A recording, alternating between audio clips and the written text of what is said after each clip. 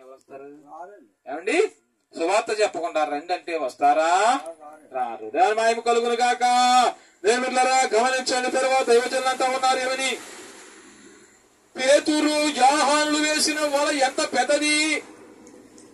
ఏమండి? పేతురు యోహానులు వేసిన వల ఎంత పెద్దది. పేతురు వేసిన 2 వల ఎంత దూరం వెళ్ళాను. 3000 మందికే కాదు, తరువాత సర్వ రాష్ట్రంలోకి వెళ్ళాను. దేవుని స్తోత్రం కలిగిన గాక. పేతురు గారు ఒక వల వేశారండి. ఒక వల వేశారు. ఆ వల దీని మీద ఎంత దూరం వెళ్ళిందంట. 3000 మందికి వేశాడండి వల. దేవుని స్తోత్రం కలిగిన గాక. 3000 మంది బాప్తిసం పొందేశారండి. పేతురు వేసిన వల అంతా గట్టిగా వేశాడు.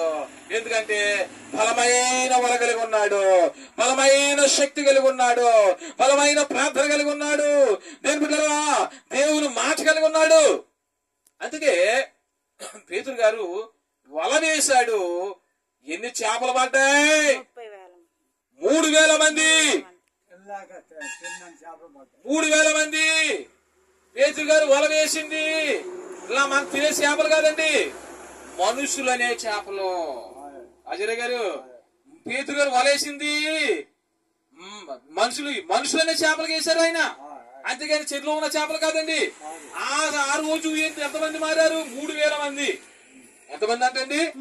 3000 మందికే కాదు, తరువాత సర్వ రాష్ట్రములు కూడా వేసాడండి ఆయన వల.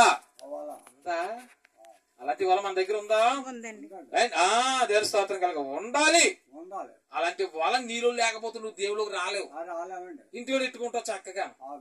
ఇంటికి నేను చేసేసుకుంటా అయిపోతున్నా అంటావు.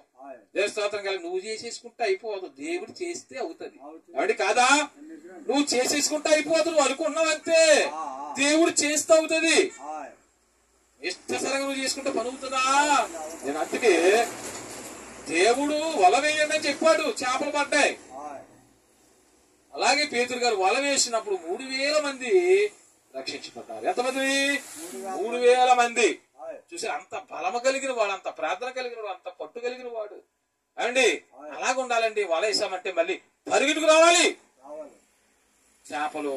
అలాంటి స్థితి, అలాంటి జ్ఞానం కావాలంటే ఏం చేయాలండి మనం? చెప్పండి మరి. దేవుని స్తోత్రం కలుగును గాక. తర్వాత వారు వేసిన వల తీసివేయబడలేదండి. ఆ రోజుల్లో వారు వేసిన వల ఈ రోజు వరకు కూడా తీసివేయబడలేదు. వారు ప్రకటించిన సువార్తే ఈ రోజుకి కూడా సువార్త ప్రకటించబడుతుంది. ఎన్ని శ్రమలు వచ్చినా, ఎన్ని బాధలు వచ్చినా, ఎలాంటి అడ్డవంతరాలు వచ్చినా సువార్త ఆగిందా? స్తోత్రం కలుగును గాక. వారు విసిరిన వల ప్రపంచ వ్యాప్తంగా దీని మీద చేపలు పడుతూనే ఉన్నది. చేపలు పడుతూనే ఉన్నాయి. దాని స్తోత్రం కలుగును గాక. రక్షణ మార్గం నడుస్తూనే ఉన్నారు ప్రతి ఒక్కరు కూడా. దాని మహిమ కలుగును గాక. మీరు స్తోత్రం కలుగును గాక. దైవజనులు అంటా ఉన్నారు ఏమని? వారు వేసిన వల తీసివేయబడలేదు. ఈ దినములందు కూడా ఆ వల పనిచేస్తున్నది. చూసారా? ఈ దినాల్లో కూడా దైవజనులు ఏమంటా ఉన్నారు? దైవజనులు ఏమంటా ఉన్నారు? ఈ దినములలో కూడా ఆ వల పని చేస్తూ ఉన్నది. ఆ వల పని చేస్తున్నది కనుక మనం ఇలాగా దేని బిడ్డలారా సువార్త ప్రకటిస్తున్నాం. ఆ వల పని చేయకపోతే, ఆ వల మూతడిపోతే, ఆ వల చిరిగిపోతే మనం ఎక్కడుందుమో దేని బిడ్డలారా. అంత బలమైన వలది, అంత బలమైన వల, అంత శక్తివంతమైన వలది. ఆ వల విసిరారండి ప్రపంచం మీదకి. స్తోత్రం. ఎవడైనా పడవలసిందే ఆ వలలో. స్తోత్రం. ఒక టైం వస్తా ఉంది.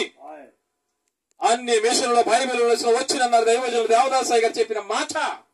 వాళ్ళు విసిన వల నేను స్తోత్రం కలుగును గాక. మరి ఒకటేగా కనపడతా ఉన్నది, ఒకే మాటగా కనపడుతున్న దైవజనుల మాట. మరి శిష్యులు విసిన వల స్తోత్రం కలుగును గాక. దైవజనులు అంటూ ఉన్నారు ఏమని?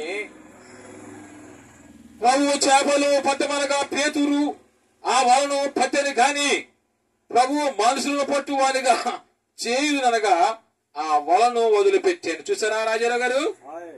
యేసయ్య అంటున్నాడు, ఏ చేపలు ఎందుకు నాయన నీకు? నిన్ను మనుషులను బట్టే జాలరులుగా చేస్తాను నేను అన్నాడు. ఏమన్నాడండి? మనుషులను బట్టే జాలరులుగా చేస్తాను. ఈ చేపలతో నీకు పని, నా వల నీకు ఎందుకు, నీకు అసలైన వాళ్ళు ఇచ్చేస్తాను రా. ఎవరి స్తోత్రం అండి, అర్థమవుతుందా? నీకు అసలైన వల ఇచ్చేస్తుందా? వలేసావంటే నీకు చేపలు పడతారే వచ్చాయి. ఈ వలేసావంటే నీకు పడొచ్చు, పడకపోవచ్చు. ఆ వల కాదు అది, వల అలాంటి వల కాదు, అది చాలా శక్తివంతమైన వల.